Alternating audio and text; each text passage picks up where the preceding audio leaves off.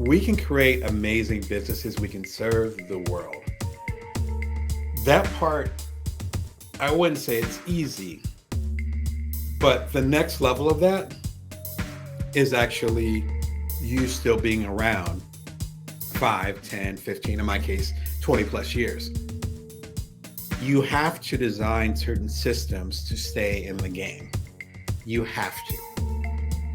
Folks can come in and create a YouTube video a day. Folks can do a blog post a day. You could pitch a million different magazines and newspapers, because my background is journalism. Pitch a million and two magazines and newspapers, websites, whatever. Anyone can do that for like a week, maybe a month. If you're younger than I am, because I'm no longer a spring chicken, maybe you do that for like 3 or 4 months. But one of two things usually happens. Number one, you end up burning yourself out, either physically, mentally, or emotionally, right? And I have plenty of videos that burn out.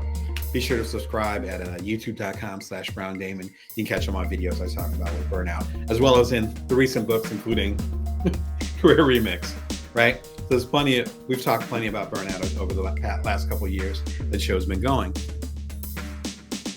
The other thing that can happen, though, is that you start to get blocked as far as your growth. What I mean by that is you don't have time to reflect. You're so busy on the Ferris wheel that you're not Ferris wheel, hamster wheel. Ferris wheels are fine. Hamster wheels are not good because you're not going anywhere. It's a difference between running a business and working on the business of your business. Those are two separate things. Running a business, a lot of us can do that. A lot of us do that now. A lot of us do that fine. Working on the business of your business, that's what I specialize in as a coach. What is your system? How are you organizing things? What's your strategy? You have to think bigger than the next hustle, because hustling is not going to make it. I think it was Robert Greene, ironically, in a short that I saw over the past year or two. Shout out to him. He has a fabulous YouTube channel. Excuse me. He has a fabulous YouTube channel.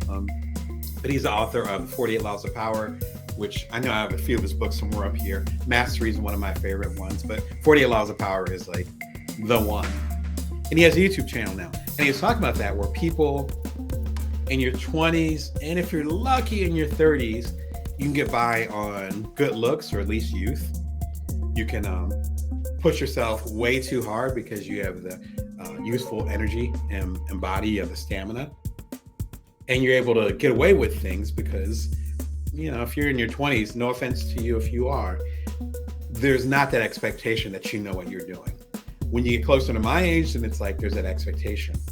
And when you get to your 30s, definitely in your 40s, it's like, all right, you can't just skate by anymore. And those issues and those flaws with how you're doing things start to come up. I know that I pushed myself too hard. I was way too aggressive with things. Sometimes I just skated by. That wasn't so much the case. I was usually working too hard, but I definitely had my moments where I was skating by and it's like, it's not going to work anymore. I can deal with some of those issues and system issues today. But a lot of those are systemic. They're not just how we are, but it's because we're able to function in a certain way.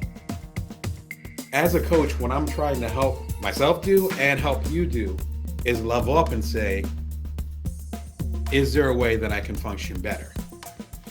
If you start to function better and your systems get better, as far as your business, as far as your health, all those little details, as far as how you manage your relationships, you will get more profitable. So I'm going to recommend some books. There are 4 of them that I think are excellent in starting the new year.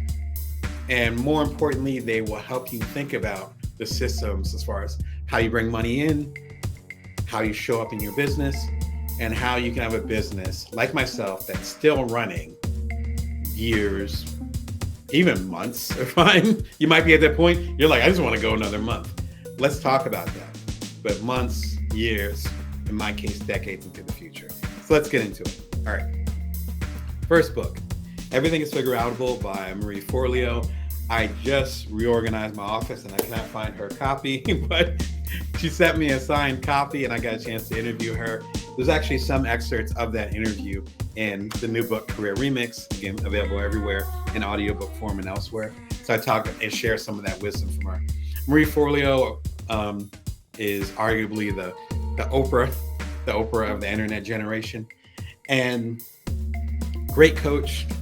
We have a lot of parallels. That's one of the reasons why I was flattered to get the opportunity to interview her when her book came out, I want to say in 2019. But again, I have a signed copy around here somewhere, but it's dog-eared. What's so fantastic about this book is how simple it is.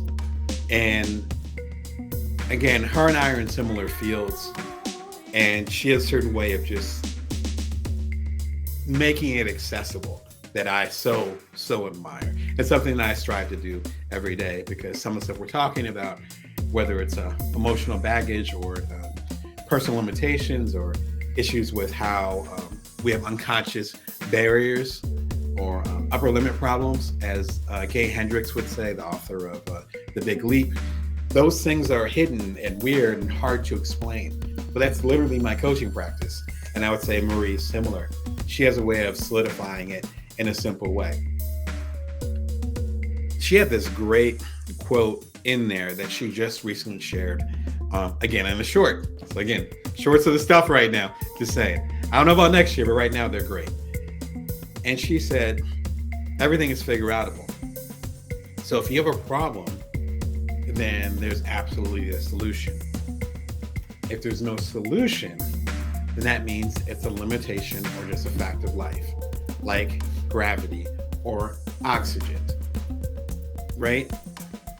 If you accept that, then you can start to let go of those things that are not in your control. You can take responsibility for the things that are.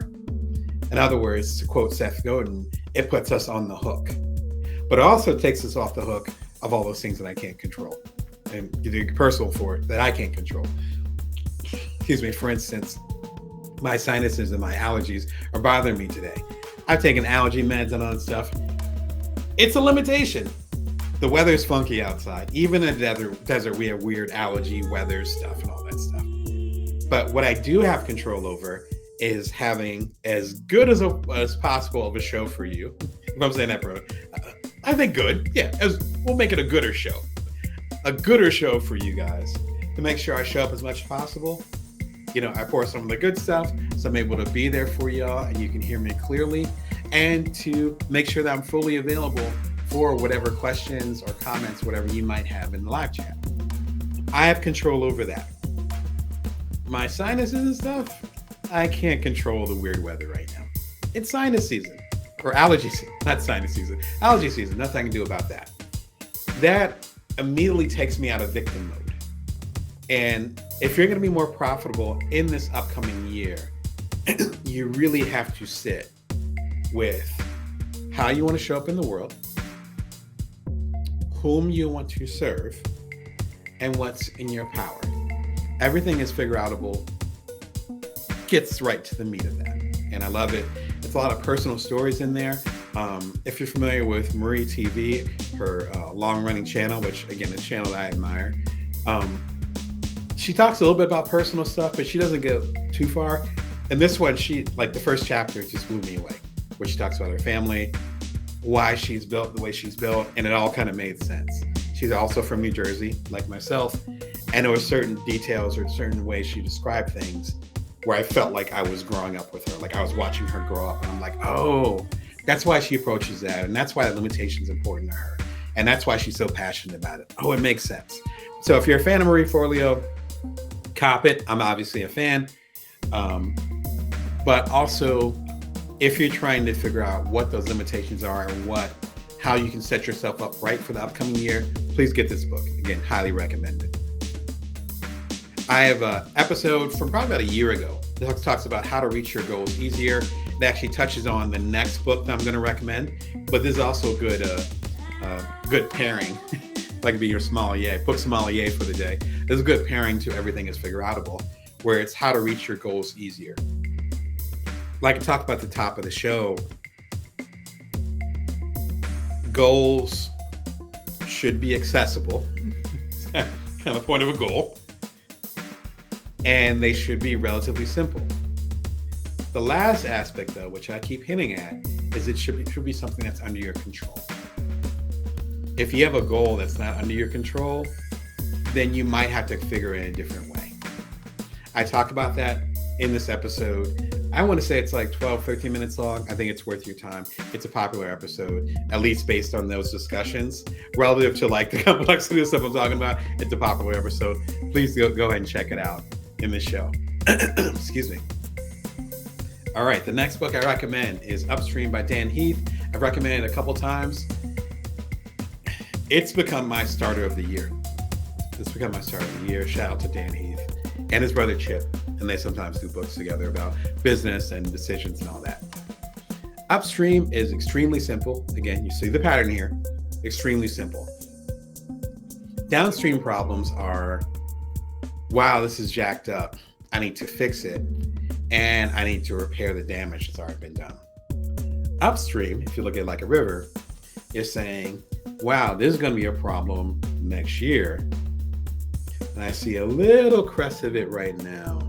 Let me go ahead and work on it before it becomes a bigger problem, or worse, it becomes such a problem that it ends my business, or ends up hurting my customers, or ends up hurting my profit, which is the focus of the talk today.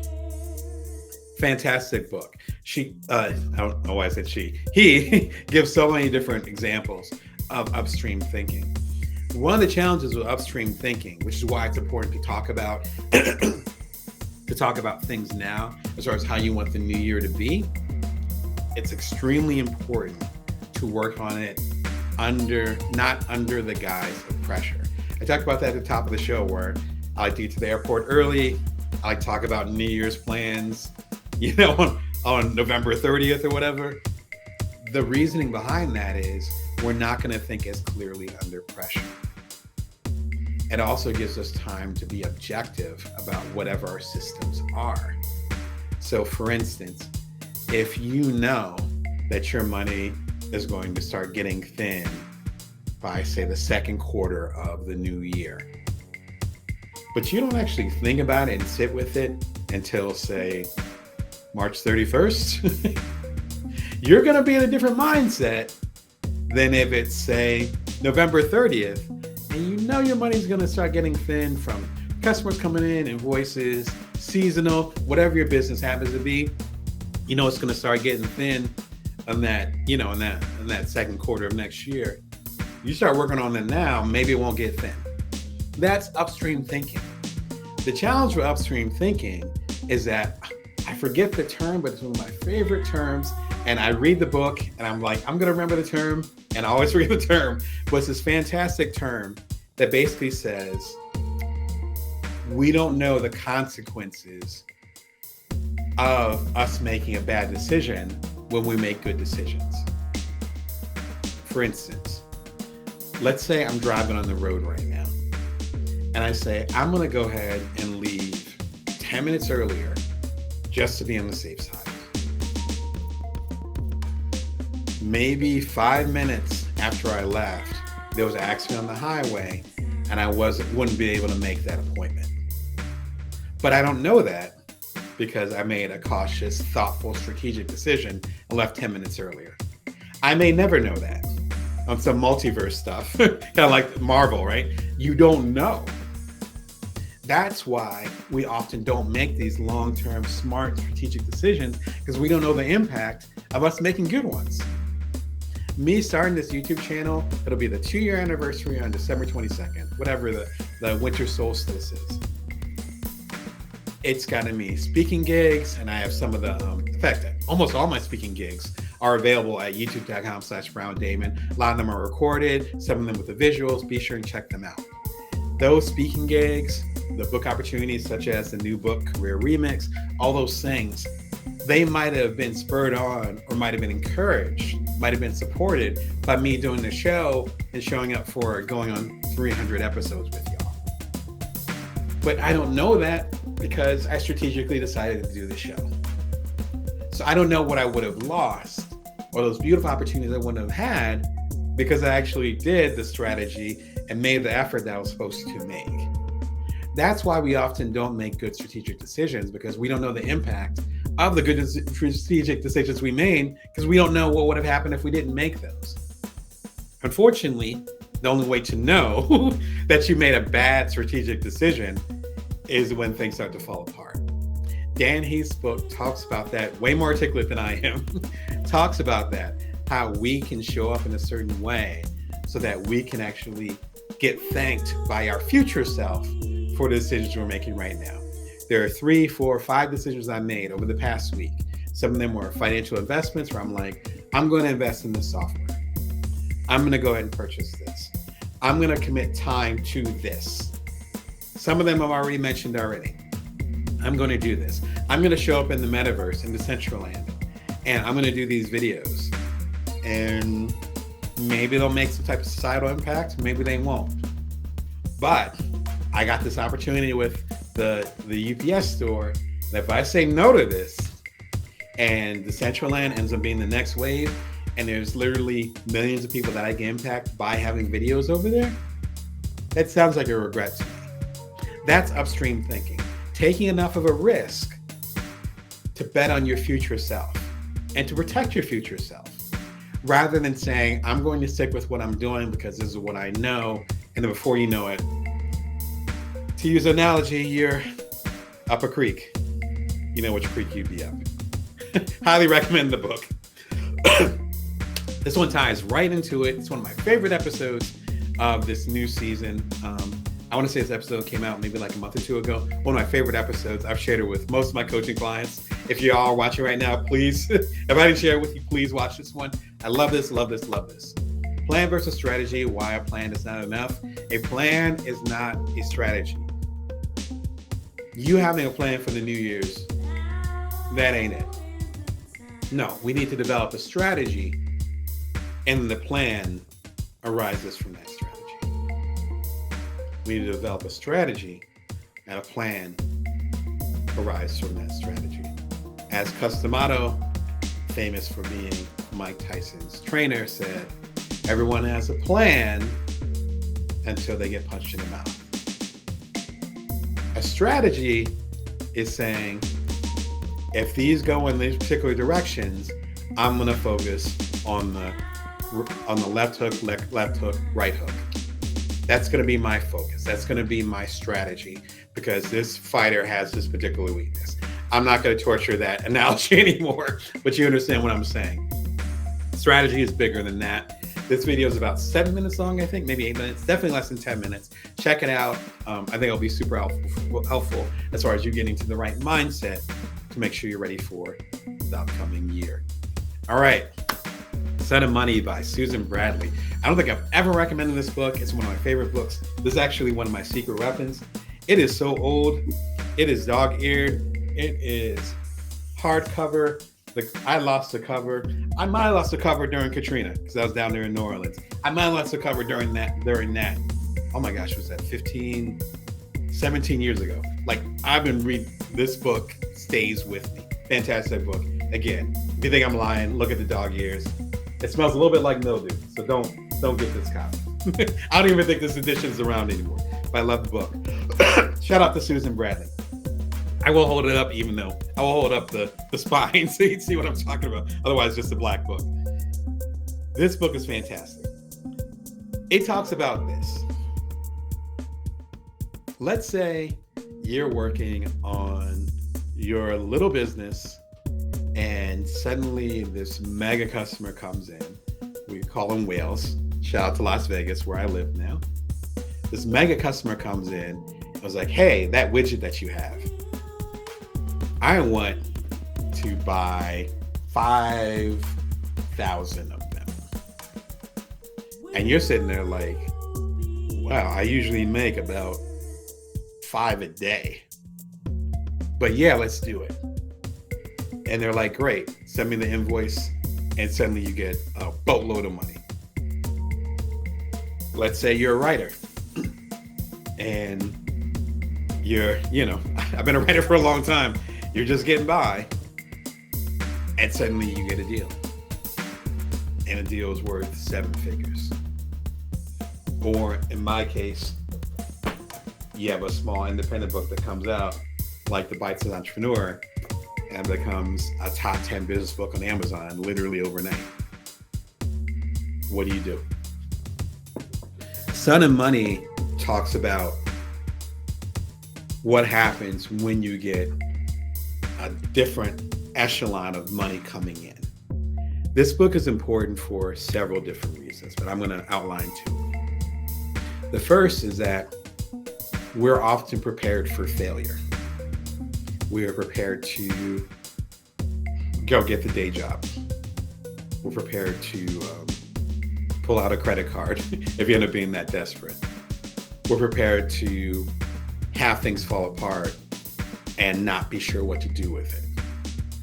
But as I've said, as Stephen Pressfield, shout out to him, the author of the War of Art, as Seth Godin has said, shout out to him, he's a mentor of mine, as all these other people before me and me have said, we often don't prepare for success. We're actually more afraid of success than failure.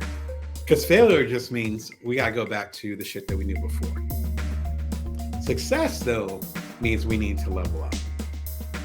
I'm thinking about a million different public speakers that I admire. Shout out to Jim Rohn, all these folks that have talked about that helped groom me to get to that level, to say, no, I'm not afraid of failure, I'm afraid of success. Even for us, those of us who are dreaming about having our big payday this upcoming new year. Okay, so let's say you get $1 million deal. How much do you have to pay in taxes? Is it 47%? Is it 35%? Is it 60%? Is there a way you can offset that? What would you actually spend the money on? Would you spend the money at all? What parts of your systems, go back to the widget idea, which part of your systems need to be upgraded so that you can handle that 5,000 widget order when you're used to doing 5? I was talking to some folks recently, in fact, a relative of mine, and I was talking about how I'm ready for these next levels of my speaking gigs. I'm ready for the next level of this TV show. I'm ready for the next level of a lot of different things. And all those things are into place. Some of them required financial investment. Some of them required emotional investment. Some of them required me sitting down, literally sitting down, grabbing a journal and writing down what I want that vision to be. So if I go from being a 5-figure speaker, which is what I am right now as far as a keynote speaker, so I get 5 figures for public speaking, and then something happens and suddenly I become a 6-figure public speaker, which some of those folks are my friends and colleagues. So I already know it's possible. It's tangible. I'm like, oh, I see them. I see what they do. I already have systems in place that are ready. I got books in the closet. I got my suits ready, or at least my blazers. I don't wear suits. I got all the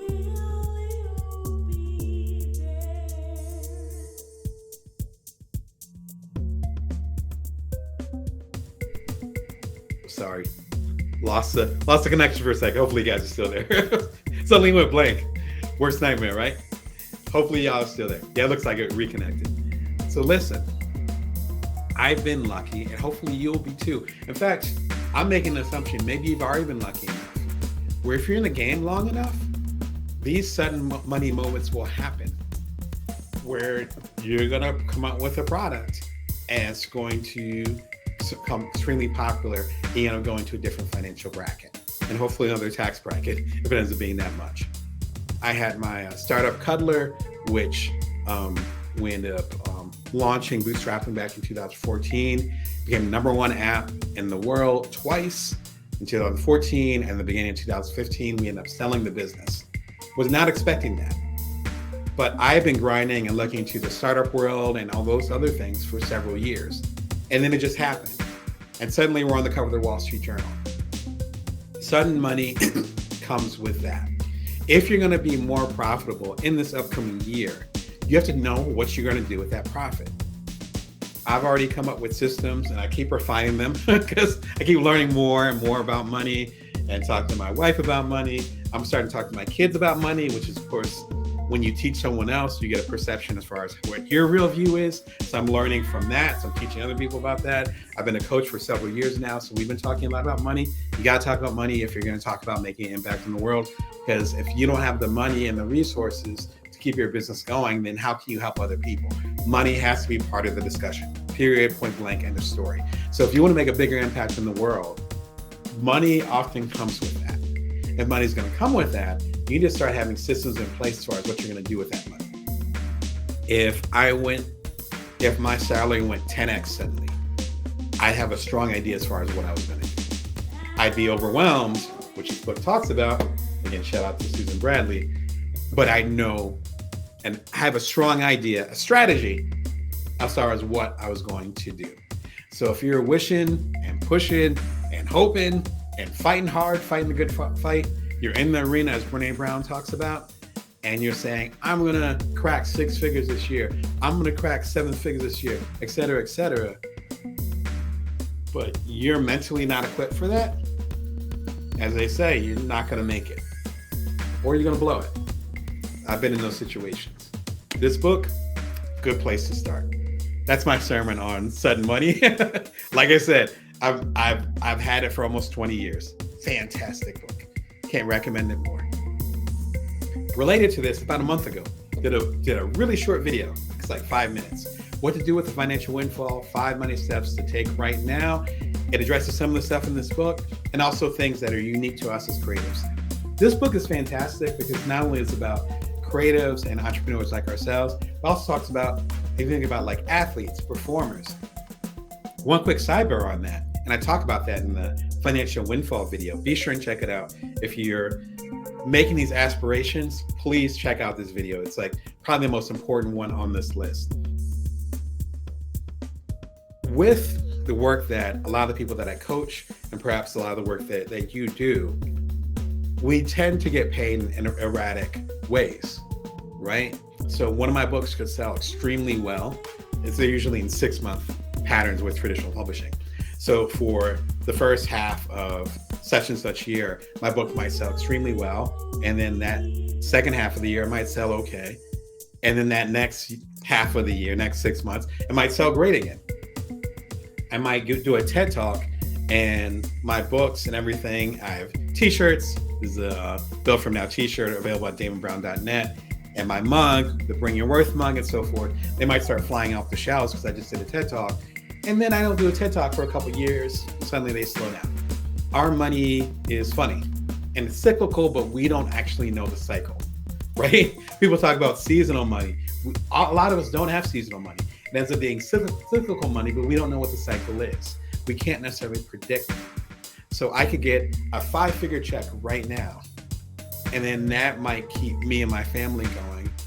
In some cases, I remember quite a few years ago, it was like getting a nice 5-figure check. And then that was all I had for that year. And I had to be really thoughtful as far as how I manage that. The same thing for musicians, the same thing for artists, the same things for athletes, I imagine, like all those different things. Set of money, again, the book gets into that, but I give practical ways to deal with that, to think about that with this video. And number one tip, of course, is taxes. Taxes, taxes, taxes. Don't try to outrun taxes. All right. The last book I recommend is The Soul of Money by Lynn Twist. I wish I had a physical copy. I actually borrowed the book from a family member. Shout out to my mom. Love you. This book, along with Sudden Money, was transformative for me. It talks about the power of money and how money is viewed around the world. Lynn Twist was fantastic as far as the storytelling because she actually worked with, I think still works with asset management when it comes to gift giving, and there's a term for it, but philanthropy, basically. So what was interesting with her story is that she shared some of her personal story where her family was very like middle class. And then I think her husband's company got acquired for $1 gazillion. And suddenly their lives changed. So you have that personal aspect of it where she understands what it's like to be middle class and suddenly be I guess upper middle class, or it sounded like they were just class, rich, if not wealthy, and how there was a disconnect and challenges, because I think they had a couple kids, challenges with the kids and all that, because now there are different expectations, different pressures, and they didn't feel as connected once they got the money. But she's also in charge of philanthropy and helping these major corporations, so some cases corporations, but more foundations, like Rockefeller and all that stuff, distribute their money. And she talks about these interactions that she literally had with Mother Teresa, not proverbially, but she was hanging out with Mother Teresa and learned about money from her. Like, if you're my age, I'm in my 40s and up, about Mother Teresa on that level, because I was around when she was around. She passed away probably about a decade and a half ago. But just that chapter almost made me cry, because she was talking about how we view resources and how we abuse financially things, and how it is being a root of power, but also a root of strength, and how things can be transformed based on, again, the soul of money. Fantastic book. This is a great reminder to myself to read it. I don't think I've read it in a few years, but it definitely transformed my view of money. I think I quote The Soul of Money briefly in Bring Your Worth, which is my book from 2019, so a few years ago. It's actually the eponymous name of my publishing imprint as well as this show, so you can tell it was an important book to me. But I absolutely love the book. If we kind of go down the line, first you got to figure out what your limitations are, and those limitations will help set your goals. Do not set goals that are based on things that aren't under your control. Then you can help develop a strategy where you're able to move forward without worrying about having systems fall apart. You got to become reflective. Maybe over the next 4 weeks, I would recommend. Since we got a month to the end of the year right now, take advantage of this. This would be the time to write down what worked and what didn't work over the past year. Or more importantly, as I talked about in the example, when we talked about upstream, what issues do you see coming early next year or sometime next year that you can put a stop to now? Quick sidebar. I actually ordered some more clothes because I know that the clothes that I have, some of the clothes I have right now, are going to be worn out or ill-fitting by the time the new year starts. There's sales right now. I just ordered the clothes. Didn't think about it too hard, just order the clothes. It's the same philosophy. If you're reflecting and you know it's going to be an issue later, just invest in it now. It could be time, it could be money, it could be a relationship, personal or otherwise. Let's keep real about it. Invest in that now. You know it's going to be an issue later. Just go ahead and do it now. I know what it's like to procrastinate and be like, nah, I'm not going to deal with that now. I can't afford it. I don't have the time, whatever. I get it. I'm dealing with that today. I get it. Upstream thinking is about realizing what's going to be a problem down the line and nipping it in the bud now. Maybe even striving on it. And maybe even it doesn't become a problem at all. As you start to develop these strategies, you have to start to come up with a plan then about what if you actually do make more profit in this upcoming year. What are you going to do with that extra money? Are you going to invest it? Are you going to build up your savings? Are you going to pay down debt? Are you going to expand your business? Actually, I have quite a few videos that talk about expanding your business and whether you should or not in the YouTube channel. Again, at youtube.com/BrownDamon. You can subscribe for free. I have 3 or 4 episodes that talk about that. Should you expand? Should you invest more? Sometimes it's not worth it to make your business bigger. Sometimes it's better to pay down the people or the organizations that you owe and getting the debt down. Sometimes it's worth investing into a better system so that not next year, but the year after next, not the new year, but the new year, 2 years from now, suddenly you're making more profit. I have 52 or so passive income sources. Those are based on decisions that I made in 2016.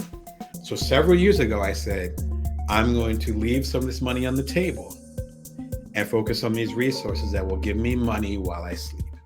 And guess what? I got 50 plus resources right now that are making money as I sleep. But that was a strategic decision several years ago. That's what the Sun and Money thing is about. Where are you going to invest those new resources that you have? It's not just about getting profit, but that profit also allows you to have more resources. So what are you going to do with it? You know, buy a new car. You're going to get employees. You're going to get a new factory space if you're doing widgets, right? You're going to virtual assistant. You're going to upgrade the software that you use to connect with your customers. Are you going to improve the quality of your product? Or are you just going to save the money? You can talk about profit all you want, but if you don't know what you're going to do with it, you might as well not have the profit, right? You need to have a plan. And lastly, understanding your motivation for wanting to have more profit. My motivation personally is very clear. I got 3 or 4 goals that I'm planning on hitting. And it's going to be boom, boom, boom, boom. All right, cool. And then I'm in a better place. My family's in a better place. My career and my work is in a better place. I'm able to serve you in a better place. But it took me time to figure out what those plans were based on a bigger strategy. My strategy is that I want to have as many resources as possible to make sure that I can serve you in the best way possible. That's career-wise. That's my intention. That's my strategy. If I'm going towards that strategy, then I'm cool. And any plan that gets me closer to that is a good idea. When it comes to understanding the dynamics with you and other people, Adam Grant, love Adam Grant, shout out to him. Give and Take, his popular book, I think it was his breakout hit, How to Give Without Losing Yourself. And this video discusses how to be of service to the world without being stingy and without being a martyr. It's a thin line if you want to serve the world, particularly if you don't know yourself and you don't have that foundation. That's why you keep hearing this same pattern. Reflecting is so important to everything. Excuse me. And then one last recommendation as we wrap this up. Your next step should be to go deeper after the show. Be sure to check out my playlist. Start Passive Income Now. It's, I want to say 18 videos, dozen and a half. Let's say dozen and a half videos that talk about the stuff I'm talking about here. Passive income has been, and it still is, one of the couple of goals that I have every new year, and increasing it, focusing on it, building it up more. That's what happens to work for me. I'm the primary caregiver. I got 2 little kids. I have a lot of things that I'm juggling. So I'm not interested in trading time for money, as they say. I don't want to get paid for this because I'm showing up in a certain way. And then that ends up being the main thing that I'm doing. I want to create things that build upon themselves and continue to serve you. And in that sense, I continue to get more resources so I can serve you even more. This will get you on the path to that. So anyway, this is quite a show today, a little bit longer than usual. So hopefully it was of service to y'all. Again, it's the Bring You Where show, coming to you every Monday, Wednesday, and Friday, 11:30 a.m. Pacific Standard Time, Vegas time. You subscribe for free. 271 episodes and about 200 shorts. So many shorts that are for your enjoyment. It's all free. Subscribe. It lets me know that you guys are feeling the content. It also adds support, because if you subscribe, then it's going to get the attention, quite literally, of other people who are similar to you, who are trying to catch this wave and feel the vibe, whatever 90s word you want to use, right? Because I'm a hip cat like that. And the new book is Career Remix, Get the Gig You Want, based on the skills you've got. And Career Remix. Oh, and it looks like we got a comment in here. I don't think it's showing up on the show, unfortunately, but it's Anna that's saying, they're asking what passive income is. I can take a moment for that if y'all want to roll with it.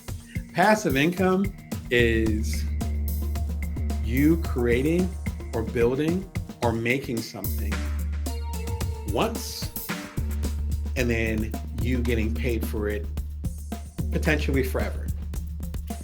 It's you not trading time for money.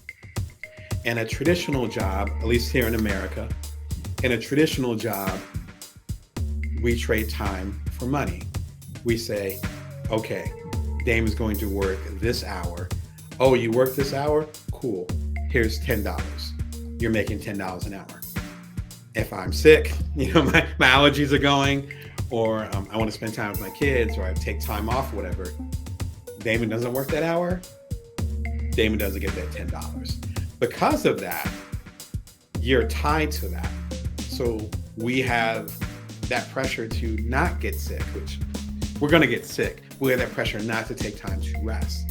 We have that pressure to not spend as much time with our family. We have that pressure to push ourselves in ways that maybe aren't the best for us. And because of that, we end up having this challenge of finding that balance and that good life, for lack of a better term. Shout out to Jonathan Fields. Finding that good life, but we're in the constraints where it's like, I need to pay for this house. I need to pay for my car note. I need to pay for my kids. I need to pay for, supporting my wife and all that stuff. And I only can do that by spending this hour in this job that I don't have that time to do, or I don't have the energy to do. So I'm going to make that sacrifice. Passive income is very different because it actually puts you in the space of saying, I'm going to bust my behind to create this thing. I'm going to create a book. I spent a year on this book. I'm going to spend a year on this book. I'm going to put it out into the world, give it to you, right? I'm going to give it to you. And then you're going to say, thank you, Damon. I love the book. Here's $20 for the book. It's somewhere in that range. That's happening literally right now as we're talking, constantly. I have 26 books. So that's half of the passive income streams I was talking about. So with all those, there are books from literally years ago. Bring Your Worth, on down. I see a lot of them over my head over here. All these books are mine over here. All those books, they're giving royalties over the years. Some of them are 15 to 20 years old. I'm not exaggerating. That's passive income. Passive income is the YouTube show, where as the YouTube show grows, then I'll start getting paid for folks viewing the show, even though it'll be free to you. That's passive income. Those types of structures allow you to make strategic decisions. So some of the income I have coming in for this upcoming year, I don't have to worry about as much because there's already a little bit of padding there with the 52, I want to say 51, 52 passive income streams I have. So some of them are small, super tiny, a dime here, a dime there. Some of them are big. Some of them have given me 4-figure checks in a month. That's part of the flow. But that takes the pressure off of me of having to do things so aggressively, and that's what makes it so interesting. Yeah, so thank you, Anna, for your comment. I'm sorry it didn't appear on the screen, but much love to you, and hopefully it gives you insight as far as what passive income is. If you have more questions about it, be sure and check out the passive income playlist. I keep pointing to right here. It's actually below me on the screen. Click on there. It's about, like I said, 18 or so videos. We also have a book that I was going to talk about in the upcoming weeks called The Passive Writer, 5 Steps to Getting Money in Your Sleep. It's actually focused on writers. It's with my colleague, Jeanette Hurt. We did it a few years ago. It's still pretty popular. And it's focused, of course, on journalism and other things because it's about writing as well as with authorship. But it also applies a lot of the principles I'm talking about right here and a lot of principles I talk about in the playlist. So yeah, but thanks again for the question, Anna. And I hope that gets you on your journey. If there's any support I can give otherwise, please let me know. But I think this video series is a good place to start. Be sure to subscribe so you won't miss any stuff. I actually have some stuff coming up on passive income this coming month. So Anna, you read my mind. Yeah, hopefully passive income will be part of your energy this upcoming year. New year is upon us. You might be watching this in end of 2022, but the stuff that I'm talking about right now, the stuff that we're going to talk about, is I welcome your comments. Can apply to every single year. This is what we call evergreen content in the journalism world. Last week, and if you go to youtube.com/BrownDamon, you'll go ahead and find a link on there. In fact, I'll throw out the link in a second as far as all the live shows. In fact, if you give me just one moment, I will do that right now. We'll just do it live. I think this is pretty important if we're going to have an ongoing conversation to, you know what I mean, to better understand how we can make the most of our year. So let me go ahead and grab the link for y'all so you know what's happening. All right. Thank you for your patience. All right. So this playlist that just popped up, this is the playlist is. I had to think about how many playlists there were. The playlist is a list of all the live sessions from the past 2 years. There's about 52. So if you do the math, it's basically a live session every other week because I come through on Wednesdays.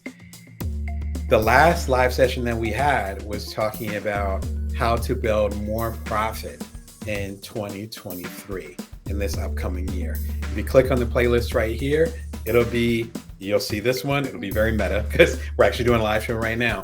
Then the one from exactly a week ago, when I was in the same seat, was actually about how to make more profit in 2023. Now, one of the things that we need to do if we are going to make more profit is to actually understand what the system is with our business. And so we talked about that a lot last week, about having more profit in your business. I think my brain is just waking up because it was easier just to put the link in there. That's what we talked about last week, more profit in 2023. Go back and check it out. We actually had some really good comments coming from y'all, and it being this great conversation about passive income. That's why I love having a live show. So feel free to bring in your comments, but it being a great breakout session, essentially, at the end of last week's episode, which ended up bringing up all this good stuff that hopefully helps you guys get to the next level. Shout out to Anna out there. So listen, if you're going to go ahead and have more profit in 2023, I talked about having the right mindset for that. I talked about a lot of books that talk about money. I talked about strategies, things that you can do. Once you have your mindset though, okay, I got the right mindset. What exactly am I going to do? As I talked about when I was sharing that I was going to be live today in my newsletter and on the social medias and all that stuff, which might be why you're here. I talked about 3 different instances where these tools can help you get to the next level. The first one is if you're building a business. You're starting from scratch. You're like, I don't know, Damon, what I want to do, right? Or I know what I want to do, but I don't know where to start. It is pivoting your business. So it's like you're going in one direction and you want to go to another one, or upgrading your business, going to the next level. There's certain work that I do, including this show, where this upcoming year, I'm like, these are the investments, these are the tools I'm going to use. These are the resources I'm going to add to the pot because I'm going to double down on this. This show is one of the things I'm doubling down on. Only got 3 things. And I'm like, okay, I'm going to double down on these 3 things. Because you only got so many resources. I've talked about that in my previous book, Build From Now, which is the one before, Career Remix. You can actually see the salmon right behind me. Thanks to all y'all that gave it so much support in the previous year when it came out in 2021. But you only have so many resources. So once you decide to double down and say, I want to do this, you actually need tools to move it together. So in those 3 instances, you're starting a business from scratch, you're pivoting your business, or you're upgrading your business. You're leveling up. These tools will help you do that. And so, enough of the scuttlebutt. Let's get to it. First book I would recommend. It's only a couple books. There's also more tools that I'm recommending, which is a little bit different swag. Side Hustle by Chris Gillenbaugh. It's one of those rare ones where I actually have a physical book. Shout out to Chris. I met you when I was living in the Midwest, and we connected over in Detroit. So I hope you're doing wonderful. When he had his tour for Side Hustle up there. Fantastic book, really straightforward, really simple. If you read it, From Idea to Income in 27 Days. Hey, what date is it? Right now it's December 2nd. So according to the subtitle, 27 days, you could be up and running by January 5th or so. Just throwing it out there. Not saying you have to start a business now, but if you're gonna hustle, hey, you might have some time off during the holidays. I know I'm going to be ready for 2023. As I've talked about, I consider the week after Thanksgiving here in the States, which was last week, I consider that New Year, because at least, again, here in the States, the rest of the year is just holidays and functions, and you got little kids and all that. You got kid stuff going on, and it's just chaotic. Go ahead and get your grind on. Listen, I already got my aims and all that. I'd say 75% of my aims are done for 2023 for the upcoming year. So, and a lot of those things I'm implementing right now. So like January 1st hits, I'm on cruise control, and hopefully we'll be able to just build upon these strategies that I've created. I can talk much more about that, but let's keep it simple for today, because I'm in a loquacious mood. Side hustle, my idea to income in 27 days. It's a fantastic book because Chris is very practical, which is one of the reasons why I like him so much.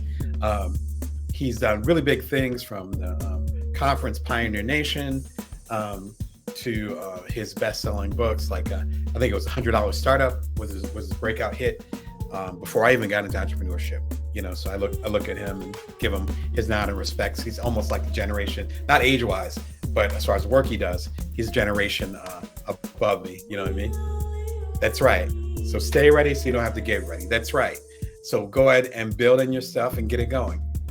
27 days, that's pretty fast. That's less than a month. And if you're going to have some vacation time, if you're going to take a break, if you have a traditional job, I do not have a traditional job, so I'm carving out vacation time and trying to block out my calendar. So that's actually the advantage of having a day job. In most cases, you actually have days off. Sometimes they're paid. I have no idea what that is. So please take advantage of it. It's not all sun and roses sun and roses when you're independent. So if you got PTO, paid time off or whatever, and you're just chilling, maybe go grab a book, particularly if you don't like your job. Remember, you own your career, they own your job. So if you want to build a career, you got to do that stuff on your own. No one's going to help you with that. I don't mean that in a cynical way. I'm not saying that your job's going to repress you. So some jobs can be repressive. What I'm trying to say is that if you're going to get to the next level, that has to be your work. Has to be your work. I wouldn't be able to say this to you if I didn't walk in those shoes several times. Even this show, for me to get to these almost 300 episodes, for me to make it 2 years, showing up nearly every Monday, Wednesday, and Friday, I had to depend on me. But this is where I wanted my career to go. This is how I want to connect with y'all. That's the ownership part of it. Side Hustle is an excellent book in the sense of it gives you practical ways to move your career forward. So this will be more of those three categories: building something new, pivoting your business, and upgrading your business, right? So creating from scratch, going a different direction, and upgrading your stuff. This will be more in the build category. Maybe even in the pivot category if you weren't sure what direction your business should be going in. But shout out to Chris, fantastic storyteller. Oh, I know I was going to say something else. He also has had, I don't know if it's still going, I think it stopped recently, but he had a podcast, call it Side Hustle Podcast, I know, original. Every single day he profiled a new person's side hustle. Every single day. I know you hit at least 1,000 episodes. This book, again, came out when I lived in the Midwest, and that was quite a few years ago. So, check out the podcast. Check that out. If I knew, I would have put the link in there, but I've been throwing enough links in there. This book, though, is an excellent place to start. All right? Along those lines, which if you've coached with me or if you're familiar with my work, you've been watching the show, read any of the books, you know the vibes. When should I quit something? So many people that, not so many people that I coach, but a lot of people that I meet when I do the keynotes and conferences and stuff, they say, I'm ready to quit my job. And then ends up being these questions that we end up talking about it, that end up coming out. And in a lot of cases, they're actually not ready to quit, because you actually need to have your resources together to quit. You have to know what your next act is going to be. And you have to have the stair steps built enough so that you don't fall off a cliff, emotionally, mentally, even financially, when you make that leap. This talks about some of that. And there's links into this one particular video, which I share with a lot of my coaching clients. There's links to this one particular video to later videos, later episodes of the Bring More show that I did that go even deeper, including some live shows. So be sure and check it out. Some good wisdom in there. there's Oprah, there's Jerry Seinfeld, and there's Seth Godin. So, if you need more than that,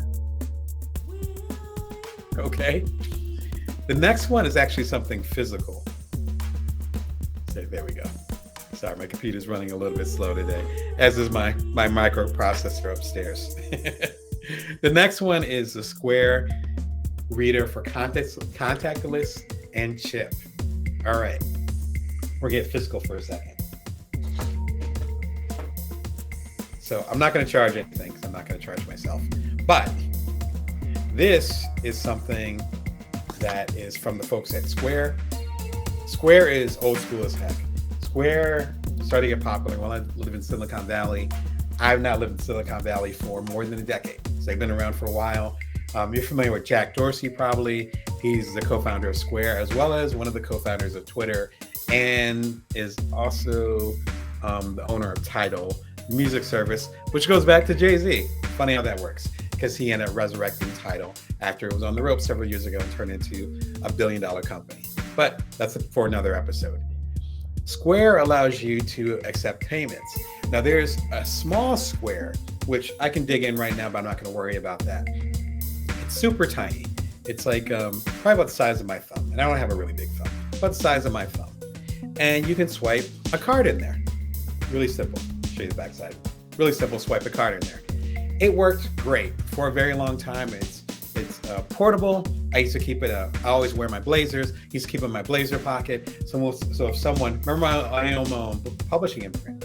So if someone said, hey, I want a copy of Bring Your Worth, I'd be like, great, it's $15. Awesome. Give me your card, swipe it, and then it goes through the internets, and then it charges them, and then the money hits my bank account the next day or something like that. That worked fine, literally for a decade and a half. Until recently, and I'm not going to show you my card for security reasons, but recently we started getting two different things going on. The first one is the chip. So you'll see a little chip in your credit card, right? Particularly if you have a credit card over the last few years. I have some older credit cards that still haven't upgraded, but I'm sure once they expire and they send me the new cards, they'll have a chip on it. The chip allows you to take the card and wave it above here. So I don't think it's based on Bluetooth, but it's based on some other remote wireless technology, which is fantastic. The other thing that happened, frankly, is the pandemic. And so suddenly people didn't want to put their cards into things and swipe things. Now you have to remember, when you're watching this in the future, if you go back to 2020, particularly March of 2020, when the pandemic really hit the entire world, even though it was affecting my Asian brothers and sisters months earlier, but it really started impacting the entire world around March, April 2020. We didn't know if it was airborne as far as COVID-19. We didn't know if it was airborne. We didn't know if it was based on touch. We didn't know how long, if it was based on touch or surfaces, how long it stayed there. It was just so much stuff we didn't know. So you're going to the grocery store, you're hazmated up, and then you're going to put your card into a thing that other people have touched literally all day. Now you're not going to do that. So suddenly the contactless thing became a lot more popular. I learned this the hard way when I started traveling again, and I had the old school Square reader, and suddenly swiping and other things became passe. And people wanted to use their chip. People didn't want to touch anything. This allows you to, if you can see it, there's two different things going on here. Number one, you can slide the card in, right? So you can slide it in here. You can see this other part of the wire. I happen to be a Mac guy, so this plugs into my Mac. You can slide the card in here into the slot, or you might be able to see it. Get close enough. Apologies for my realizing how dusty my camera is. Listen though, you see that? That means, hey, it's wireless. You don't have to touch this thing. You put the card right on top of here like a magician, and voila, it picks up on it. This joint currently runs for about $50. It might have been a little bit more expensive before, but they run for about $50. Now the portable one that's about the size of my thumb, that runs anywhere from $10, or if you're new to Square, you can actually get one. At least back in the day, you can get one for free, which is perfect, right? Start with the free one, that's totally fine.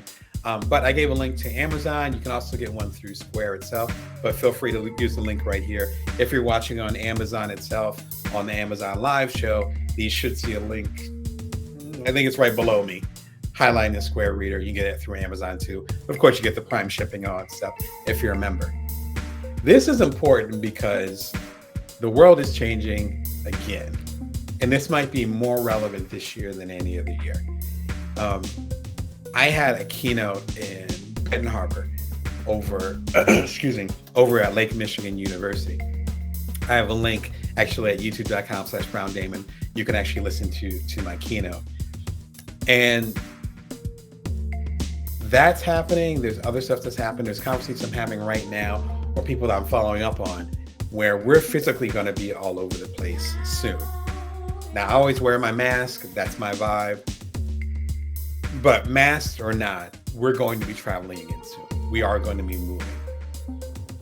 If you're creating a business, if you're pivoting your business, or if you're taking your business to the next level, you have to bring the physical back into it. Not saying you have to be physical to have a business. And you might have certain limitations or challenges. You might be immunocompromised and all those things. I respect that. I understand it. I have colleagues that are going through that. I respect that. As you go forward, though, and hopefully as things get safer, knock on wood, and things get better, it'll be better to build in that physical possibility into your plan. I know with the keynotes I did this year, with the conversation I've done this year, even with some of the coaching I've done this year, there have been physical opportunities that made more sense than the digital or the virtual opportunities like I'm doing with the show. And so whatever you're doing, build this in. One of the worst feelings, and I've shared this a couple times on the show, is someone saying, yes, Damon, I want a copy of your book. Do you take credit card? And it's like, oh yeah, but I don't have my reader with me. But let me go and email you and then we'll connect again. I'm fine with connecting with other people. They usually end up forgetting. And I can't think of one sale. I think really hard. I cannot think of one sale where someone said, yes, I'm interested. And I said, great. And they wanted to pay in a certain way and I couldn't do it at that moment, that they actually came back and paid it. I can't think of one instance. I'm sure it happened once, in the multiverse of Damon's lives, but I cannot remember it. So you want to make sure you're prepared, right? As the comment was, if you stay ready, you don't have to get ready. This is one of those things you want to invest in. It's $50, but if your product, my last independent book from a year ago, Built From Now, the deluxe edition, this one is $30. Someone says, I want 2 copies of it. I earned $10 and I already paid for this. Think about it. Again, this is the time you want to invest in things. Quick sidebar. The reason why I'm pushing so hard as far as you having the plan, strategy, and then creating a plan for the upcoming year, why you want to get into the right money mindset for the upcoming year, why you want the right tools, like I'm talking about with the Square Reader and all that for the upcoming year, is that things actually slow down during the holidays, right? And holidays, I mean that again, American-centric, I guess. But during the holidays we have here in America and in some of the places worldwide. I know in India we have holidays. I know there's holidays over in other countries too. So respect to them. What better time is there to get your shit together? I can't think of one. Because people are taking longer to email back. Phone calls are being unanswered until the next day. You can see the pace slowing down. This is time to build a foundation because Jan 1, you're going to be wanting to go. And if you don't have your stuff together, it's going to get really hard. All right. So a good aperitif to us talking about the Square card reader is how to get noticed right now, why no one is paying attention to you. This video talks about exactly what I was just talking about. When people aren't paying attention to you, when people don't see you, it can be extremely frustrating. I've been in that situation a few times. You got my sympathy. You absolutely do. Particularly if it's in a job environment and you don't feel like you're being respected or seen. Once you start to build your own business, once you have a little bit of independence, once you do your side hustles, that thing that's yours, that can actually become a superpower. Because the things that I created that became the most popular, the Bites as Entrepreneur, which y'all made a business book bestseller on Amazon, Cuddler, which was the #1 app in the world twice over in 2014, 2015, before my partners and I sold it. All those things that I've created or have been a part of, they were either laughed at or ignored or flat out rejected. Like, nah, nobody wants that. And then I ended up doing it on my own, or it came out and suddenly there's 250,000 users. Suddenly it's a best-selling business book and people start to listen in a different way. But that's from me understanding my market and, most importantly, me being ready for that wave. So The Bite Size Entrepreneur became a bestseller because I laid everything out for it to be a bestseller. Because it could have taken off and then maybe I wouldn't, because it was independently published, maybe I wouldn't have had the printing right. Or maybe I wouldn't have been media trained enough to handle all the interviews. Or maybe I wouldn't have my website set up so people could contact me, like all these different things. But you gotta have your stuff together. This is the time to get your stuff together. This is what the tool thing is about. This video talks all about that. People aren't paying attention to you. If your products aren't moving yet, if people don't see your vision yet, it sucks. And also, it's a sign and an opportunity for you to create some good stuff and build that foundation so that when people definitely recognize you, you're ready.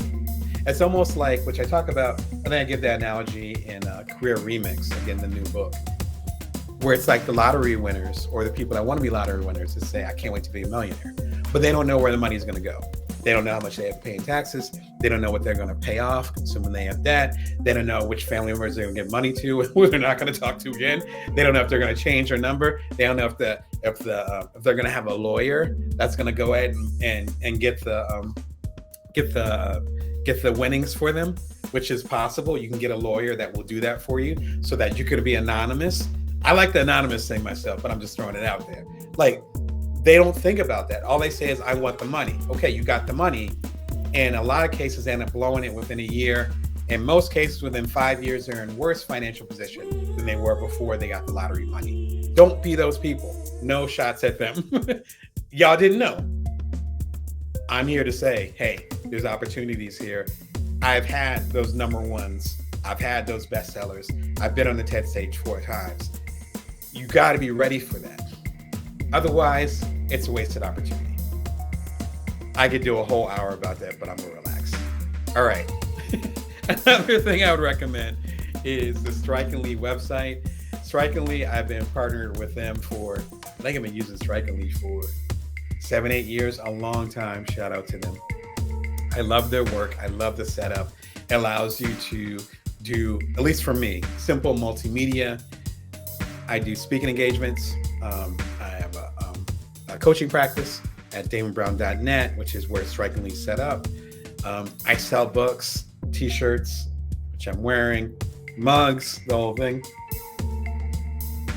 All that's done through the Strikingly website, and it ties to Square and the respected, what they call fulfillment organizations that will actually handle the purchase. But it's all through my website.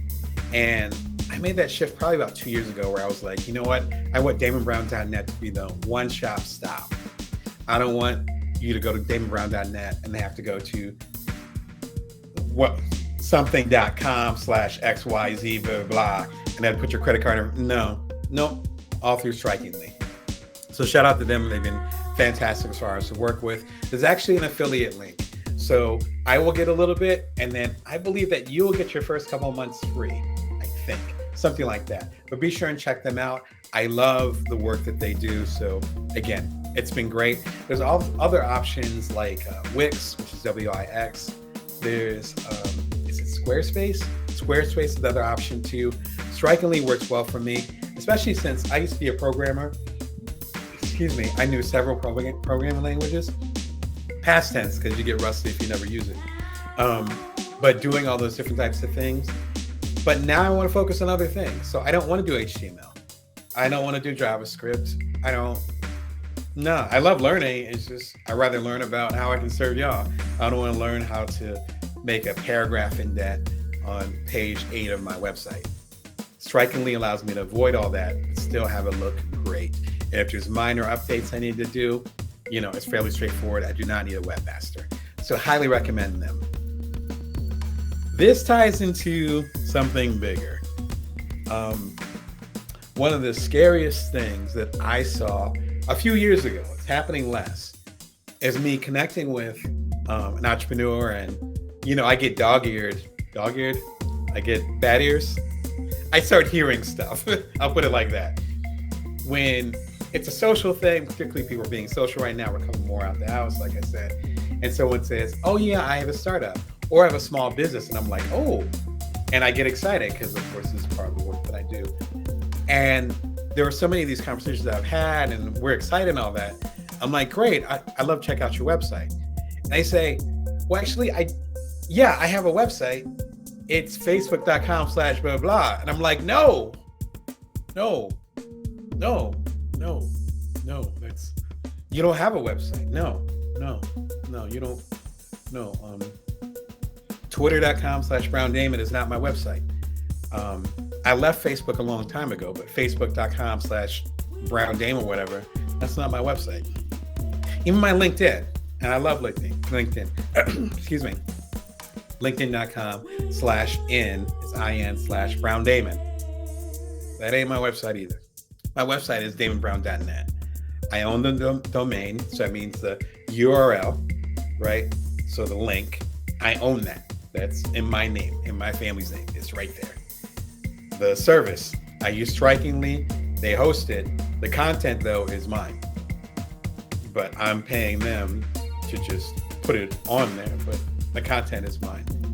I don't have to worry about Facebook suddenly going black and then, suddenly I don't have a website.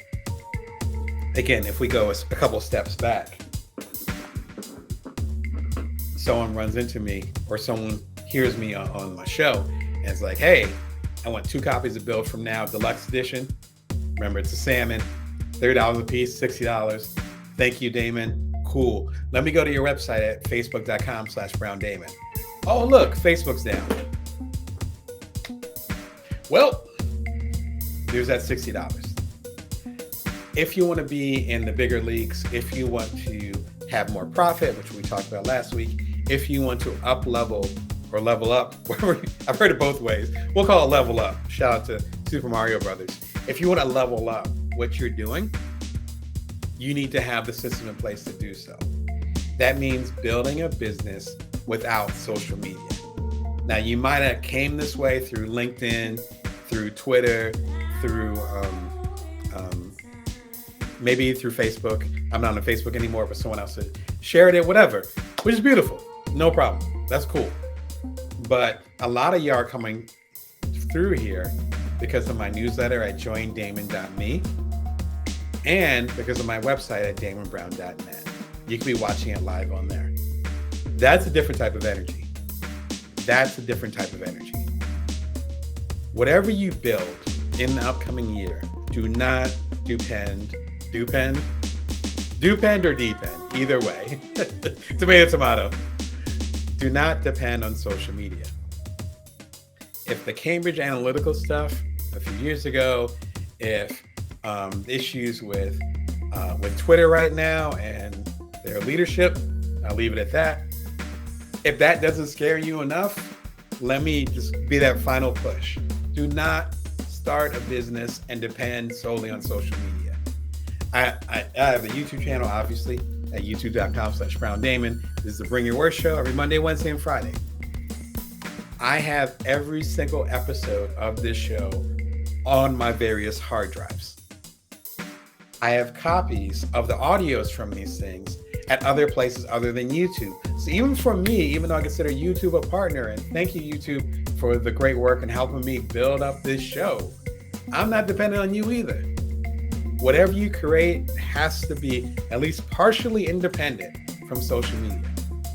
If you're building a business, starting something new, if you're pivoting, or if you're upgrading and you're saying, hey, I have 10,000 people that mess with me on Facebook, so that means I have 10,000 customers. That is not true, for many reasons that are much longer than this episode. The key thing is to not assume that if people are following you on social media, that they're actually directly your customers. If someone is coming to damonbrown.net, they are there for me. if someone joins my newsletter at joindamon.me, it's free. It comes out every Wednesday morning at 5:55 a.m. Pacific Standard Time. If someone joins that, they're messing with me. If someone purchases a copy of, again, the new edition of Build From Now through damonbrown.net, and I'm sending them a copy and giving y'all like a signed copy of it, we have a direct connection. The next era of whatever we're doing in business as entrepreneurs, as side hustlers, as creators, as entrepreneurs who are trying to make an impact in the world, it's going to be based on that one-to-one intimacy. It's not going to be based on social media. I've studied social media. Social media is not the wave right now. The wave is to connect with people directly as much as possible. This is part of my way of connecting with you directly now all over the world, literally. It's been fantastic. But I own at least part of this pipeline. Don't give away your power like that. Please watch, out of all these tools, please watch this episode, Business Without Social Media. Please, please, please. I talk about all the stuff I'm talking about way more articulately and give you an action plan as far as how to build and connect with the audience without relying on the big 3 or 4 social media companies. Please, out of everything I'm saying. My last tool that I recommend for the upcoming year is The Practice by Seth Godin. I've been a mentor or mentee of his, definitely not a mentor, I ain't at that level, but a mentee of his. I took his marketing seminar. I got a chance to ask him a couple questions, which is fantastic. I've been following his work for a while. Seth Godin is excellent as far as getting things to the point and expressing and explaining how we should be service-based, not just based on getting as many resources, financially or otherwise, and squeezing our audiences for that. The practice is just what it says. What is your practice? What is the stuff you can control? I was on some coaching calls over the last month or so, and I was talking to folks, and the main thing we were trying to do was separate what was in our control, what wasn't in our control. We cannot control us getting a publishing deal. We can't control that. I have a decent record. I've done 26 books. Even I can't fly to New York right now and necessarily get a publishing deal and come back home and say, hey, honey, my wife, hey, honey, I got a new book deal. There's no guarantee of that. I got some bestsellers under my belt. I got a TV show. No guarantee of that. But I can show up with y'all every Monday, Wednesday, and Friday. I have control over that. So think about what you can control. This is an excellent thing about that. The practice, of course, leads into having the practice or the habit of showing up regardless of the weather or the timing or how people react to you. 2 Chainz, the rapper, Seth Godin, a Minimal Viable Audience. Excellent place to start. It talks about exactly what I'm talking about right now. Please check it out if you're thinking about starting a business in the upcoming year. Building something once, doing something once, and then getting revenue from it well into the future. And it could be you getting revenue a couple times from it. It could be you getting revenue for the rest of your life. It could be you getting revenue from this one thing well after you're gone. And it goes to your friends, your family, your relatives, whomever is in your will. It could be something that goes forever, ever. Yeah, shout out to Andre 3000. Those could be any type of content or product that continues on. Service, if you're doing a service, it's a little bit harder because you actually have to physically be there often to do the service. Like for me, I'm a business coach. So my business coaching cannot necessarily be passive income in a traditional sense because I do one-on-one business coaching and I'm listening, I'm asking questions, and I'm responding to the things that you're saying. It's kind of hard to do, when you're not there. Now, there are methods to coach people, such as building a TV show where you're able to connect with a bunch of people, but do it in a way where you don't have to be on all the time. Passive income, in its ideal form, gets you away from trading time for money. It gets you away from trading time for money. Now, there's work that I do, even work that I do now, where I show up for a certain period of time and I'm paid for that period of time. I could be super productive or I could be sort of productive, but get the job done. I'm paid the same amount, right? You want to show up always as your best, let's be clear. But you have your days. But your main thing is you're getting paid to show up in this particular capacity. Passive income ideally is the opposite of that. Passive income is I'm going to create something amazing, ideally amazing. Do my best at creating something And then people, organizations, so groups of people, so let's just say people, will find value of it well into the future.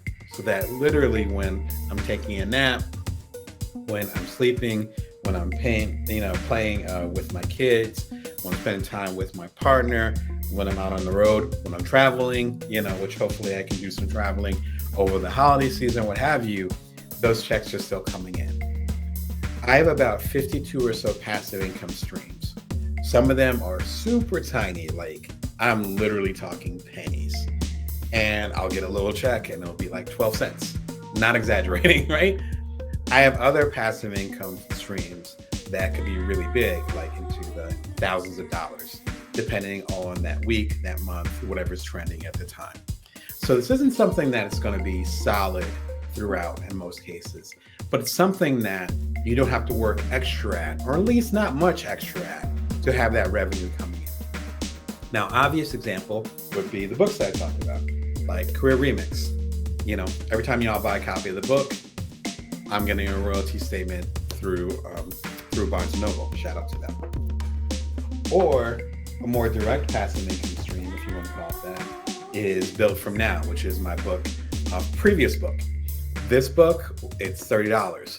So when y'all buy a copy of the book from Amazon, from Barnes & Noble, from Bookshop, shout out to them, they're all the indie bookstores, buy a copy from them, then Amazon or whomever will send me a check with my piece of it. Or if you go to damonbrown.net and you want a signed copy of it, you pay me directly $30. I pay for the overhead, ship you for free a copy of the book, and it's signed. That's passive income. I didn't have to track you down and say, hey, buy a copy of this book. Instead, it was like, I like what Damon's saying. I'm going to go buy a copy of the book. And I'm busy, again, let's say playing with my kids. And suddenly I get a notification saying, hey, so-and-so wants a copy of the book. And I'm like, great. The money's going to be transferred right now. And then I'm like, awesome. I'll send you a message and I'll say, hey, I'll send it to the UPS store or whomever. Go ahead and ship it out the next day and you get it a couple days later and hopefully you enjoy it. That's a form of passive income. I have to do a little bit of work, but I'm not getting paid by the hour. It is not trading time for money. I have very, very many videos, very, very many. A lot of videos. I told you I'm tongue-tied today. Many videos that are talking about this. I recommend after you watch this, check out the Start Passive Income Now playlist. I have a dozen videos that talk about this, from how Beyonce uses passive income, to how I've used passive income, to how you can negotiate your contracts in a certain way so that you can actually have more passive income. We're going to get into that actually with the books that we're going to talk about in a moment. But be sure and check it out if you have questions about passive income. I know a couple of weeks ago, shout out to Anna, folks that came onto the show that said, what is passive income? This episode was already planned. It's actually for you, so be sure and stay tuned. All right, so let's get into the books that will help you build your passive income. First thing you got to do, what the heck are you good at? More importantly, forget what you're good at. What do people find value in you doing? What do people find value in you doing? To understand that, you have to start with yourself. I like to talk. I love to listen. I love stories. So my career path as a journalist, as a public speaker, and more recently as a business coach and a TV host, where I'm talking to people, 3 times a week. Of course, it makes perfect sense. But that could go back to, both my kids are in elementary school. That could go back, like my mom and my dad could have told me that many, many decades ago when I was their age. And could have said, oh, Damon can sit there and just listen to people all day. And he'll actually be listening to them. It's not like I just want to hear people talk. It's like, I want to hear your stories. And then he'll remember those stories. And then he'll get insight from them and then share it back to the people or apply it to his own life. Not everybody's built like that. That's natural to me. That is innate. That's like drinking water and breathing oxygen. Normal to me, right? Normal to me. If you're not sure what you can build that could create passive income for you, or even create any type of income for you, you have to learn what your strength is and how that applies to how you can serve other people, right? Strength Finder 2.0, it's by Gallup, but it used to be a company called Strength Finder back in the day. I guess I'm showing my age, but they're acquired by Gallup, I want to say about 2 decades ago, something like that. Fantastic place to start. There's actually another one called Entrepreneurial Strength Finder. I can never say entrepreneurial, even though I've been an entrepreneur twice. I've coached hundreds of them. Forgive me. Entrepreneur Strength Finder, which is actually very good. This has a much more narrow focus. Strength Finder 2.0 is way broader, and it might be a better place to start. But if you want to get into entrepreneurship, I recommend this one as well. You can find it in all the book outlets. All the book outlets, leave it at that. All the book outlets, right? But you have to know what your particular strength is. I got into coaching because I was on the road supporting, I want to say, the original Bites as Entrepreneur, right? So the bestseller, you see by a little label up there. I was on the road supporting this, even overseas. I was down in Bogota, shout out to Colombia.